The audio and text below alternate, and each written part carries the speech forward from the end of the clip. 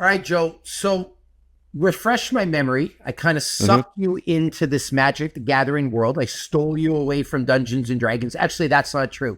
The man has one of the best Dungeons and Dragons channels on the entire internet. You can get it on Thank YouTube. you. We will put a link into show notes. Actually, Joe, genuinely, I love watching it. But I have sucked you into my web of Magic the Gathering evil. How long I will start getting some Magic stuff on my channel as well, of course. Yes. How long have you been playing so far? Oh God, when did we start? I can't even remember. It feels like it's been a lifetime, Bobby. It's 8 months ago? 9 months ago? Something like that. And one of the things I told you was to never buy packs. Right. Buy singles. Buy singles. Buy singles. But every time we talk, you send me a picture of packs. You've got the bug. You've got the addiction. You've got a bunch of packs. How many decks do you have right now, Commander decks on the go? I have 12 Commander decks. You have 12, and you tinker those regularly, right? I want to say you have 3 high-end ones, like your Elf deck, your Frodo deck. What would be your third higher-end one? My Sauron deck is crazy, yeah. Now, so you've got 12 decks. How much bulk do you have? And that's going to be what we're going to talk about today. Bulk, and not just, let me rephrase that, not just common bulk, like extra gold, extra rares, extra mythics, extra... Cards that just didn't make the cut for one reason or another. Yeah. So outside of my deck, so I bought like a bunch of Commander boxes, right, that hold 100 cards each. And I've got 3 full boxes and half of one. So we can easily say probably 350, maybe lying around 400. And those are, what's the distribution of those? Are we talking commons? Are we talking uncommons? Are we talking rares? I mean, it's a good mix. I mean, most of the really high-end stuff has found a way into a deck or two, but there's some really good cards that are just sitting there, just for whatever reason, just don't have a place in one of the decks that I have right now. Okay. And I would say based on that, if you only have 350 extra cards lying around, you're not a heavy buyer like I am. Like I am buying... Not yet. Remember, it's only been 8 or 9 months. I am buying boxes. For example, Joe, here's an entire box of Final Fantasy boosters just waiting to get open. And I have a lot of these things hidden around my house. But I would say that I'm on the heavy side of opening. And there's a lot of people like that. They go to pre-releases and they open packages. Yeah. They buy bundles and they open packages. We have a mutual friend, JP, who buys everything he can from Best Buy when he can get it. Right. Yeah. And you end up with a bunch of cards. And what I wanted to talk to you today, Joe, about, and this is something you're going to need going forward, and I think a lot of people struggle with, is what to do with all your extra cards. Yeah. Well, and even some of the value cards that you don't intend to keep, you do pull that, mythic rare out of a pack, but it doesn't fit one of your current commander decks. And you're like, well, I mean, it's worth $100, but you can't get $100 of value out of it. Here's a perfect example. Yuna, the Hope of Spirit, the Surge Foil version. This is going on TCG Player right now for about $430. Wow. Now, could I build another commander deck around it? Yes, but I'm not inspired to build a commander around Yuna. So now I have this extra card. What do I do with this? Do I just stick it in a random deck because it's expensive and it's a collectible piece? Do I sell it to the LGS for half price and then try to get something that I want? Or do I use it as trade bait with somebody else? Which brings up a whole nother mess of problems. Like, who do I trade with? You live in Minnesota. JP lives in Minnesota. Joe the Magic Gatherer, who's a good buddy of mine, lives in Florida. I don't have a strong Magic the Gathering community in Salt Lake where I am. Now, there are very strong Magic the Gathering communities here. I'm just not part of them because I always travel and do different things. So the question is, what do I do with this Yuna? Like, because ideally, I'd like to turn this into some kind of value, Joe. Or not waste the money. So that's kind of the preamble to the episode. But what I want to talk to people about is, you're looking at somebody and me who spent thousands and thousands and thousands of dollars on Magic the Gathering cards over the years. I played for 31 years. I have a massive collection. But I've really come to oh man, this kind of hurt my feelings in the last year. I've wasted a lot of money, man. Like, I'm not going to lie. Trading stuff into the LGS, not being forward in thinking, I've thrown away a lot of money that I probably could have recouped if I would have been a little smarter with my extra cards, Joe. Right. So let's start with that premise. So here I am back in the day, and I would collect complete sets, and I would build 60 card decks. And then I got into Commander. So I started to build Commander decks, Joe. And I started much like you did, where I had like 12 Commander decks. Right. And for most people, I would say that's enough. Like they have 3 or 4 Commander decks or 10 or 12 or whatever, and they're done. But you and I are very similar in that you and I have like share a passion in building things and playing different type of games and having variety. Like when you host your Dungeons and Dragons game nights, you're not using the same dungeon, the same maps, the same scripts day after day after day. I know that you've talked to me. You love the fact that you can play with your elf deck and then play with your Sauron deck, and they're completely different, right? Yeah, it's a different experience. And so I want more decks. And when I had 10, I thought it was enough. So I took a bunch of cards, and I've actually got some here. We've got the Soul Ring. We've got Marvin Murderous Mimic. We've got Eldrazi Monument. We've got Coat of Arms. And I selected those because those are fairly usable cards in any single deck. So let me ask you a question, just as a quiz. Are you going to need another Soul Ring in the future? Yes. 100%, right? Yeah, without a doubt. Marvin Murderous Mimic. I don't know if you've seen this card, but Marvin Murderous Mimic has all activated abilities of all creatures you control that don't have the same name as this creature. Could you use this in your elf deck? Yeah. The answer is yes. Could you use it in a goblin deck? Like if you can get that, it's huge. Coat of Arms. You know what that is. Can you use that in a kinfolk deck? Yep. The answer is yes. Then we have the Eldrazi Monument. Creatures you control get +1/+1 and have flying and indestructible. At the beginning of your upkeep, sacrifice a creature. If you can't, sacrifice Eldrazi Monument. Imagine having that in your elf deck, and then all of a sudden you hit somebody with Crater of Behemoth, and then all your things have flying and indestructible as well. My point is, Joe, I've selected 4 cards that you could probably put in any deck you have. Yeah. And are going to be somewhat useful. Here's another one, Guardian Project. Whenever a non-token creature enters the battlefield under your control, if it doesn't have the same name as another creature you control or a creature card in your graveyard, draw a card. So every single time you cast a creature in Commander, you're going to be drawing a card. What about something like a Mystical Tutor? Search your library for an instant or sorcery card, reveal it, then shuffle it and put that card on top of it. I guarantee at some point you're building an Otter deck, blue and red, you're going to want a Mystical Tutor. My point is, when I had 10 or 12 Commander decks, I would take all these extra cards. My eyes would light up with the value I could get for them. Right. And I would go trade these into the LGS for half price. So I would get, okay, maybe a Mystical Tutor's $12. I'd get 6 for it. And the Guardian Project, I don't know what that goes for now, maybe $5. I get half price. But the point is, I'm taking pennies on the dollar for all these cards. I would buy a card I really wanted, but then a year later, I'm building a zombie deck, and I really want to get a Coat of Arms, and I traded this in for $8, and now I got to go pay $16 to get a new one, and I'm kind of out $8. Does that make sense what I'm saying? Yep. And I did this for years. I would just have a bunch of extra rares and mythics saved up. I'd go into the LGS, I'd trade them in and get another card. I don't know, because I think it's impossible to calculate how much money I've thrown away over the years trading in for pennies on the dollar and then trying to buy stuff back. Right. So it's scary. I mean, on a positive note, you really are helping the LGS. You're putting money into the economy, so we appreciate that. It's fair.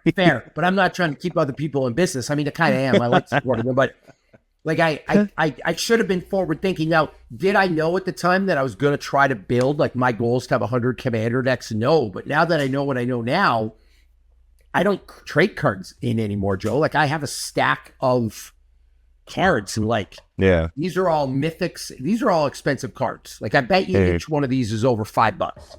And so when I look through these, like, and just to show you, there's this Incubator, I have a Gamble, I have a Sylvan Library, I have a Sapphire Medallion, another Eldrazi Monument, a Maskwood Nexus, another Sapphire Medallion, another Sapphire Medallion, another coat of arms, an Emrakul, the Eon's Torn. Why do I like Eldrazi Monuments so much? I have a Griselbrand. I have a Griselbrand. I've got a Memnarch, which is a really cool card. But my point is, Joe, I kept all these because I might build another artifact deck in the future. Right. So it would be nice to have a Memnarch. I just keep these now because, A, I'm not broke. I don't need to trade these in tomorrow. Right. To try and like buy that one card I want. Here's a couple of swords. But I'm not broke. So I'm better off to hang on to this stuff because I might need it in the future. Well, it becomes your own private library then. Yeah, exactly. Well, right? And I mean, that makes sense too, because if you're not broke, right? Like if you've got resources available and you can afford to kind of sit on these cards for a while, like a lot of them will gain value over the years. Probably going to go up, right? So instead of losing $8 on your Eldrazi monument, you might make $8, you know? That's exactly it. They're going to go 80. up in value over time. Now, sometimes the cards drop, sure. And there are people that play the game, and I'll talk about how to sell your cards in a minute. Mm-hmm. But in general, I'm much more inclined to hold on to my stuff right now than just try to sell it to the LGS. That's number one. Right. Now that we're talking rares and mythic rares. But then, Joe, there's cards like this. Deadly Dispute. It's a common. And as an additional cost to cast the spell, sacrifice an artifact or creature. Draw 2 cards and create a treasure token. I use this card in a lot of my decks, even though it's a common. Another common, the greatest common of all time. Let's see how much you pay attention when you edit our stuff. The Mirkwood Bats. Whenever you create or sacrifice a token, each opponent loses 1 life. I'm going to say that's one of the best cards in your Frodo and Sam deck. Yeah, for sure. Right? Because every time you create or sack a food token, it just nukes the whole table. Yeah. I promise you, you will need another Mirkwood Bats at some point. Oh, I was looking for it when I started building my Sauron deck. Like I went and dug through my entire library of cards just in case I had one in there because I was looking for it specifically. Yep. So here's how this goes awry. Now we talked about rares and mythics, but let's talk about junk bulk, like common and uncommon bulk. The current price for that, Joe, is for 1,000 cards. The LGS will give you $2.50, maybe $3 if you're like on the preferred customer list. Yeah. If you need a Mirkwood Bats, you're going to go to try to buy that from them. They're going to charge you $1. They're going to charge you 95 cents. They're going to charge you 85 cents. Like, what is the point to trade in your junk bulk? So in no world, Joe, do I think it's worthwhile to trade in anymore 1,000 just bulk commons. Yeah, for $2. Because again, you're not going to get your value for all of that. You know, you got a bunch of 3-cent cards. Like, dude, like I don't even know. I'm at the point in life, I don't even know if I would pick $2.50 out of the couch cushions or like off the ground. You know what I mean? So yeah. I know, but there's times I'm looking for a Deadly Dispute. I'm looking for a Mirkwood Bats. I'm looking for whatever that common or uncommon is. I've actually got some here to show you. A Foundry Inspector, a fairly useful common. Artifact spells you cast cost 1 less to cast. I put that in a lot of artifact decks. Victimize. Choose 2 target creature cards in your graveyard. Sacrifice a creature. If you do, return the chosen cards to the battlefield tapped. Murder. Destroy target creature. I built a rogue deck, and I used the Morbid Opportunist. Whenever 1 or more other creatures die, draw a card. This ability triggers only once each turn. This is a super useful card in a lot of decks. Evolving Wilds. Sacrifice this land, search your library for a basic land, and put it onto the battlefield tapped. I use it in a landfall deck. I use it when I'm searching for lands, like land fixing, for example, in a 5-color deck. This is super useful. At some point, I'm going to have to go buy these from the LGS. Right. Or they're going to buy 1,000 cards. You're going to be looking for like a particular card that's, rare, that's expensive. And you've got a card that kind of sort of does the same thing already. So a lot of these can become like, for the budget. Exactly. So I don't trade in a lot of my bulk now because I never get the bang for my dollar back. The only way I think I would trade in my bulk now is if my partner, my wife, was complaining that I had 19 million boxes of bulk like lying around the house. Does that make sense? Yeah. Just to save space. Yep. I have went looking for a card and I'm like, oh, I got to go buy this now. And I just end up spending way more than I should when I could have recycled that value better. That's my point. Do you catalog your collection? I never used to, but trying to build 100 commander decks forced me to.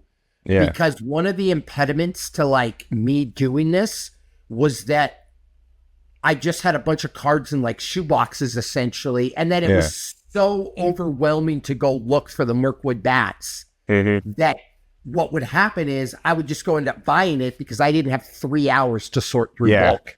That's why I was wondering. Yeah. So what I do now is I buy, and I've got them all handy. I buy these big boxes. Right. They're like big I've seen those at like the LGS. Yeah. Yep. And if you go to look, I have made, they're all in rows, but I have made like these little cards. Yeah. So that says Final Fantasy Japan. Here's one from Tarkir Dragonstorm. Sure. So I have all the cards by color order and set order in these boxes. So when I open a box of cards, when I'm done with them, I sort them, Joe, into Final Fantasy Red, Final Fantasy Black, Final Fantasy White, Final Fantasy Blue. I don't put them in number order because I can look through a little stack of cards, but I have them all organized now. So if I do need, for example, an Evolving Wilds, I go in that big white box, I go to Foundations, lands, and then I can like look to see if I actually have the card I need. Sure. So that's a great way to do it. So a good investment I would make is I would go buy a couple of these big white boxes, Joe, just to start storing your bulk. Does that make sense? Yeah. And I've seen online like people who have like little scan systems. They can use an app on their phone and actually have it all digitized. But that seems like a lot of work too, especially if you got a huge collection. And again, you still have to go pull the physical card. Yeah. So if it's sitting in a binder and you're flipping through, so that becomes a really easy way. Like if you hit me up and you said, hey, I really need this from Tarkir Dragonstorm. Do you have this card? Can you mail it to me? I can just go to my white box, open it up, Tarkir Dragonstorm. Yes, I have it. I can get it in the mail to you and I am done. And a lot of people, if you're a little more organized like that, Joe, it becomes more palatable, if that makes sense. So the next question is, well, Bobby, you've obviously sold some cards. When do you sell your cards or when does it make sense? Like that's, I think, the real question. So I'm going to tell you my system, Joe. You could take it or leave it. Some people would disagree with this, but this is what I've settled on after years of collecting and thousands of dollars lost. This is the payoff to the podcast. All right. I always keep my junk bulk.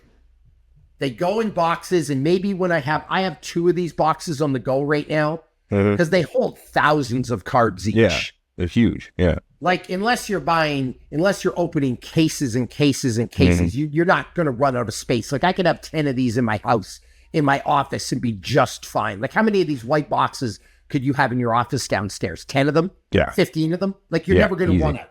Yeah. So I never trade in those. That's off the table because I am not trading in 1,000 cards for $2 or $2.50 when I know building decks, I'm going to need something from there in the future. So those are now off limits. The only way I would get rid of those is if I was moving, if I had so many that I didn't know what to do with, if I was done my 100 deck thing and I just didn't want to build anymore, okay, then we'll talk. So that's step one. Hold on to your bulk. It's just not worth trading.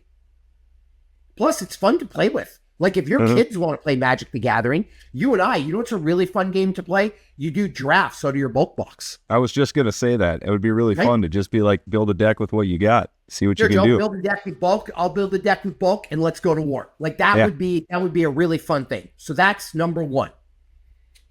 Number two, I separate all my rare and mythic rare bulk into another box. Okay. Because those are actually worth something, and chances are I'm going to use those cards more often than I'm going to use a rare.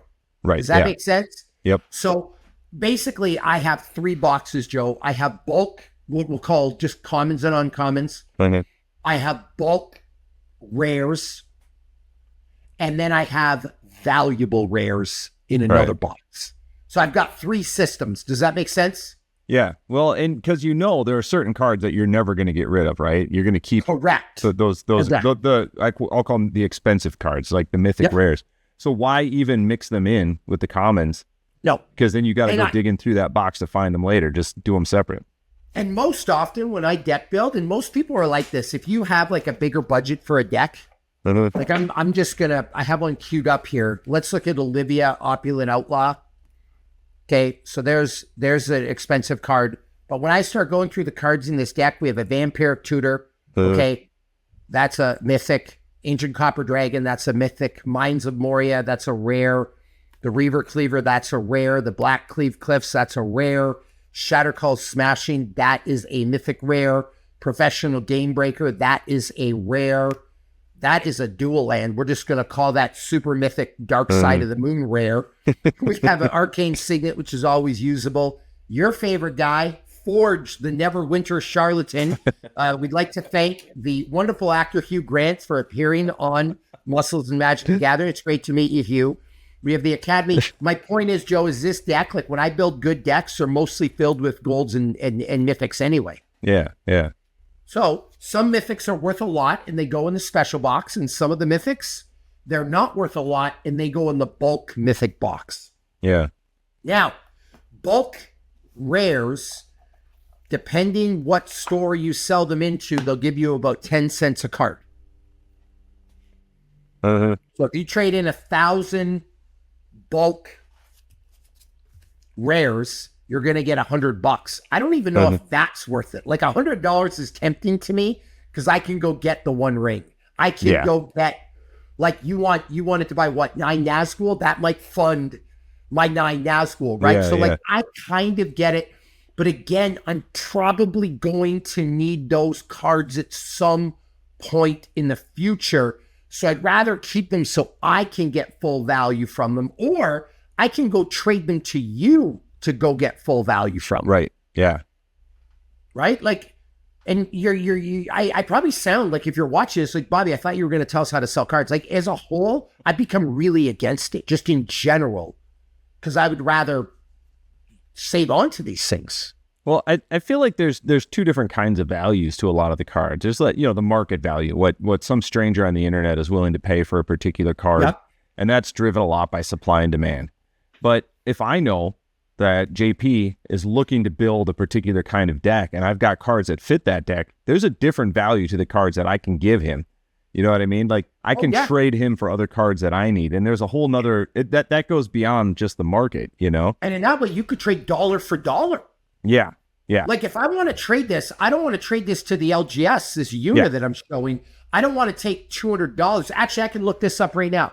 Let's look, Joe, at the Card Kingdom sell list. So this is a $427 card. Right? If I go on their buy list, let's see if they're buying it. Yes, they are. They will give me $168 US cash for this right now, or $218 in store credit. I would much rather trade this to you or JP for $400 worth of cards. Yeah.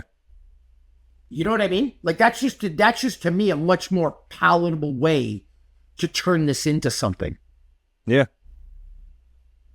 You know what I mean? You know what I'm saying? Because I'm probably not going to use this card. Well, and again, if you trade in 1 card to a friend, but you get 3 cards that you're actually going to use, that has a whole different value. That's a whole different value system. So we talked about, Joe, we talked about the bulk, how I keep my bulk. We talked about the bulk rares, how those go in another box and they're all organized by color. You know what I mean? In sets, so I can go look for them. And then I have the box of cards that I've shown you earlier where I have all the cards that are like, here's another one. Elspeth Stormslayer. It's a planeswalker. If you tell me if this is usable to you, if one or more tokens would be created under your control, twice that many tokens are created instead. Yep. Yep. Okay. So now I have a valuable card, and I don't know what the value of this is right now. I'm going to actually look it up just so we know what we're talking about. $37, Joe. Okay. It's actually a foil version. So yeah, it's $37.99. Not bad. Uh-huh. What will they buy it for, though? Because this is what I'm getting at. Yeah. Okay, it's on their buy list. They will buy it from me for... Oh, no, it's the promo pack. They'll buy it from me, Joe, for $21. Yeah. Like, I don't know. So that becomes the question, like, what's it really worth? It's not the market price. It's always going to be worth way less than that because it's the selling price that you'd have to value that up. I would rather trade this to you because I see in your BDIs that you want this for your Frodo deck to double all your tokens. I'd rather say, Joe, do you want to send me a Sylvan Library for this? And we'll swap 50-50. And like, because I need a Sylvan Library. Like, that's a better thing for me than just trading this in. So just hear me out. So you're going to have 3 boxes at home. You're going to have your bulk commons, your bulk rares, and then your good cards, which I label as like either trade bait or like use for the future. Does that make sense? Yep.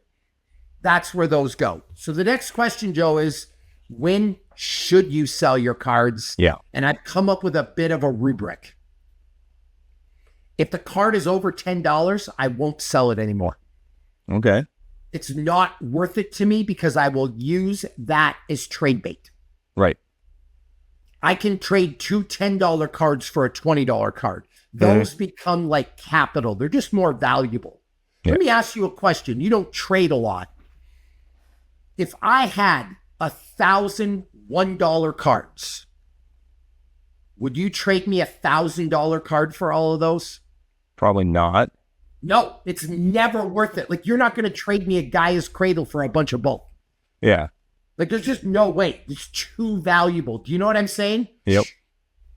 So in general, anything over $10, I use that as trade bait, and I will try to trade to somebody because those are way more valuable. Like one $10 card is more valuable than 10 $1 cards. Yeah, for sure. Even though it's $10 and $10, that's not the same dollar value to a collector. You want the expensive card. On a mega level, the One Ring owned by Post Malone, $2.2 million. That's worth way more than $2.2 million in commons. Yeah. Maybe not to the person that's selling commons constantly, but like, are you a local LGS? No. So it doesn't become worth it. So I separate all my $10 stuff out, and that just doesn't get touched. That's trade bait or deck building. Under $10, I'm willing to explore selling it if the situation is right. Sure. So how does that work? You go to Card Kingdom, and I don't work for them. They will give you, if card's on their buy list and they buy it, they will give you a 30% bonus for trading, which actually makes the margin a lot more palatable. Sure. So my Elspeth now, it's worth 37. They're only going to give me 21 for it, but you add the 30% in store credit, Joe. Now it's 28 or 29. I'm not taking that much of a haircut on it. Yeah, and that's actually a really good move on their part because then they get to move another card. And they're going to sell it for more. They're going to move another card. It's a great deal for them. So what I do is the $10 cards, but that's still more of a haircut than I'm willing to take. Yeah. Because 37 down to 21 and back up, it's still, dude, I'm losing $9 of value on this card. I won't do it. But I'm willing to lose the value on like one of those bulk rares or bulk mythics that I might never play with. Does that make sense? Right. Yeah. So every so often, I go through my bulk rares, my bulk mythics, and I just think, am I ever really going to use this card? And if the answer is yes, I keep it. If the answer is no, I'm going to go see if it's on that buy list. Yeah, it's kind of like, do I know somebody who would use this card? That's exactly it. Yeah. And if I don't know anybody who would use it, then it's like, what am I doing hanging on to it? Is it going to go up in value? Are my kids going to go to college because of the value of this card goes up? Yep. And you're going to end up with cards like that. So let's just because I like speaking in actualities, Joe, let's take a look. Ready? All right. Uh-huh. Finale of Revelation. Draw X cards. If X is 10 or more, instead shuffle your graveyard into your library. Draw X cards. Untap up to 5 lands. You have no maximum hand size for the rest of your game. I might use that card in some scenarios. So I'll keep it. Drown in Dreams. I'll definitely use that in the deck. Overflowing Insight. Target player draws 7 cards. It's a decent card, but it's got a massive casting cost. Yeah. We talk in Commander all the time, keeping the casting cost down. I'm probably never going to use this. That one's going on the buy list. Right. Venser, Shaper Savant. I've got like 15 of these. Yes, I can sell one. I'm not ever going to need 15 of those. Fairy Slumber Party, Joe. I'm probably never going to use it. I have a fairy deck that didn't make the cut. I think you just edited my fairy deck for me for the YouTube episode, but I'm probably not going to use it. I can sell that. Gigantoplasm. I'm probably never, ever going to use that. Kiora, the Rising Tide. I already have a Merfolk deck. It didn't make the cut. So I'll go through every so often, and I have a big box here. These are actually just the black and the blue ones. Right. We're close to 1,000 of cards that, I mean, dude, I might go trade those in for $100. Like, just cards that I'll never use. But the ones that I might use, I keep those again because Yeah. Look, you can look at something like Card Kingdom. You can get a deal. And if you get that 30% bump, you can then turn that into expensive cards. And the best part about Card Kingdom, Joe, because they sell so many cards and are making their money, they will allow you to trade up.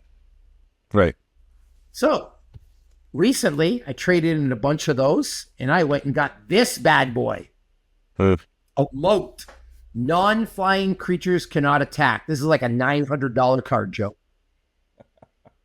Because over the past year, I've just traded in enough bulk garbage that I didn't need to be able to turn it into something valuable. Yeah, yeah.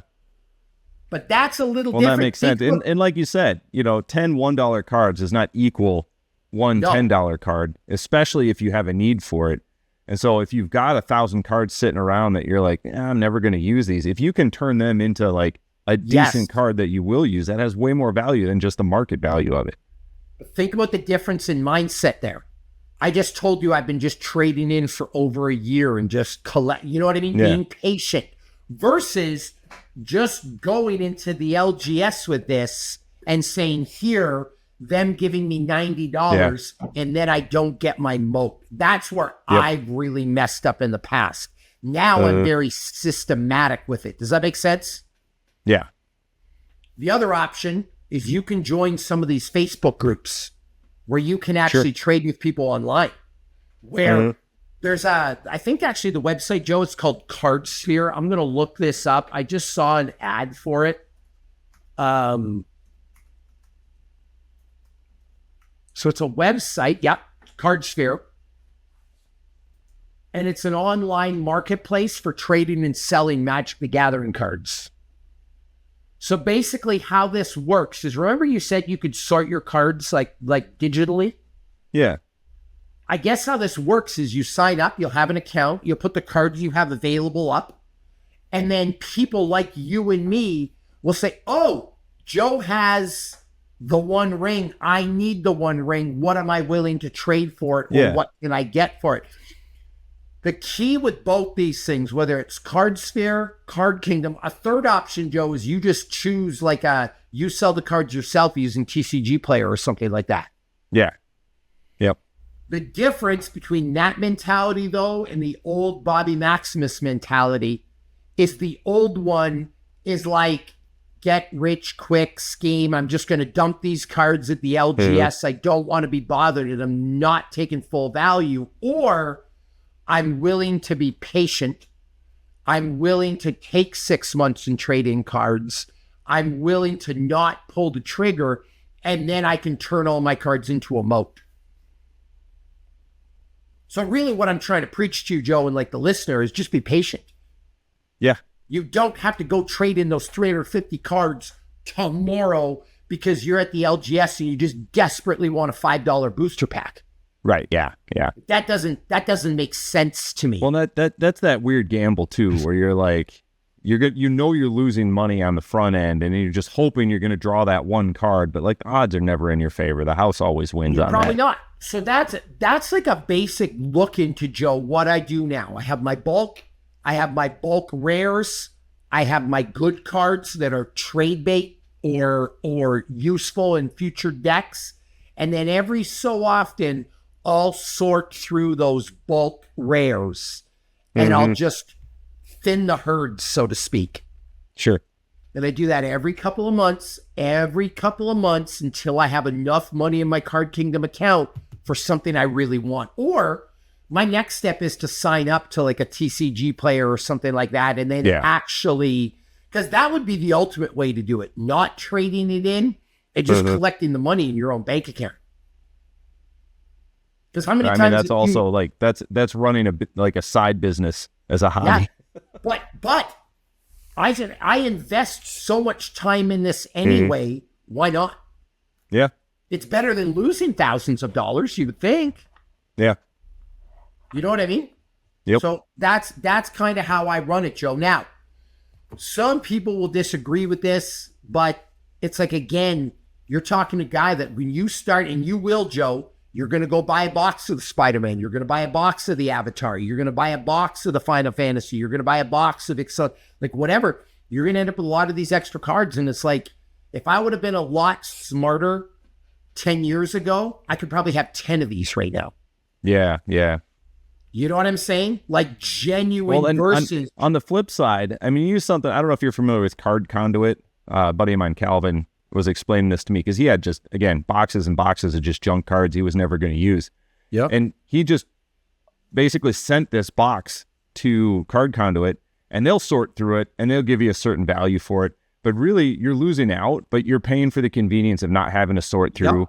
If you have something that's like outstanding, they'd alert you about it, or that would, you know, be reflected in their offer that they give to you. But like, you're going to pay for the convenience of not managing your cards versus if you actually just take the time and sit down, which if you're in the hobby, I mean, you're going to want to do anyway. I think there's a lot of opportunity. Like you said, if you're smart about it, you can earn that credit. You can turn those junk cards into something more usable or more valuable to you. But it's the point is, it's the junk cards I'm getting rid of. It's not like this is a Japanese Ranger Captain of Eos and foil. Yeah. Dude, that's probably $300. Right. This Cloud Midgar Mercenary Japanese and foil is probably $90. Like, I would rather take these and trade them to a person for $390 than get half price at the game store. You know what I mean? Yep. Now, the other thing you could do, Joe, is you can take your cards to a MagicCon. Sure. Because think about the trading audience. So that's going to be my next move. My giant box of extras here. I'm going to take those to a MagicCon. Yeah. Because now I can actually have, and then I'm going to try to trade up. Like, because you can, here's how this will work. You trade two $10 cards for a 20 from somebody. You trade another two 10s for a 20. Now you trade those two 20s to a 40 for somebody that needs them. And you keep like trading up into the stuff you really want. You're always better to trade up than trade down. Yeah. Just like when you break up with your girlfriend or your boyfriend, trade up, don't trade down. That's going to trigger a lot of people. You can trade up in personality too, but you understand what I mean, Joe. Like, you don't want to make lateral or downward moves.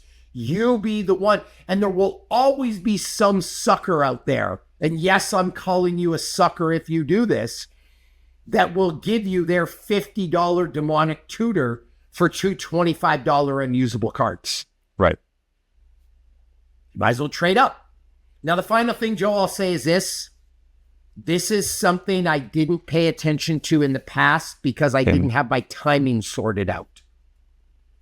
But I'm going to quiz you, and you know the answer. I'm not putting you on the spot.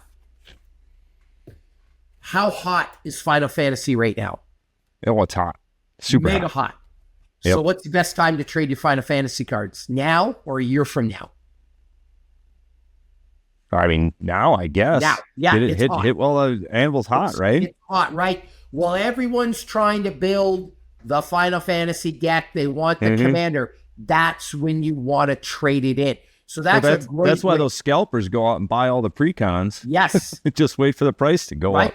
Now, are there cards that are going to hold value over time? The answer is yes, but generally you're only looking at reserve list cards then, Joe. Yeah.